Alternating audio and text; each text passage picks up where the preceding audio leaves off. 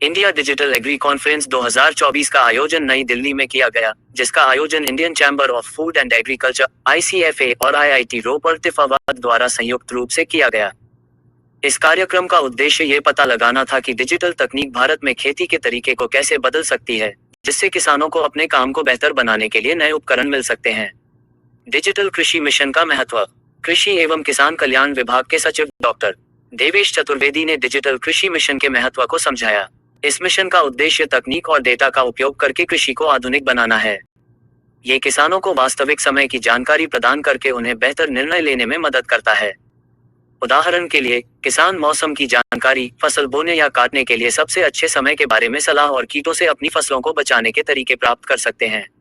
सम्मेलन के मुख्य उद्देश्य। सम्मेलन में कई महत्वपूर्ण लक्ष्यों पर ध्यान केंद्रित किया गया, जैसे पारंपरिक खेती में बदलाव। इसका लक्ष्य पुरानी कृषि पद्धतियों से हटकर नई, उन्नत तकनीकों का उपयोग करना है, जिससे खेती अधिक कुशल बन सके।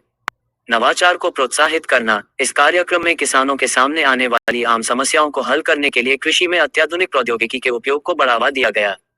सहयोग। सम्मेलन में आधुनिक कृषि चुनौतियों के लिए सर्वोत्तम समाधान खोजने के लिए किसानों, प्रौद्योगिकी डेवलपर्स और शोधकर्ताओं को एक साथ मिलकर काम करने की आवश्यकता पर बल दिया गया। टिकाऊ प्रथाएं और जलवायु लचीलापन। चर्चा का एक बड़ा विषय ये था कि डिजिटल उपकरणों का उपयोग करके खेती को अधिक टिकाऊ और जलवायु लचीला कैसे बनाया जाए।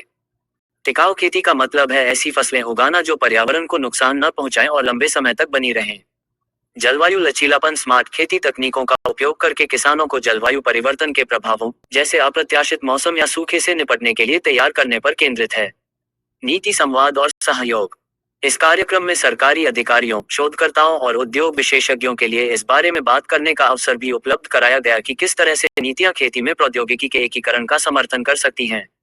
ये चर्चाएं महत्वपूर्ण हैं क्योंकि वे ये सुनिश्चित करने में मदद करती हैं कि प्रौद्योगिकी का प्रभावी ढंग से उपयोग किया जाए और सभी किसानों को इसका लाभ मिले।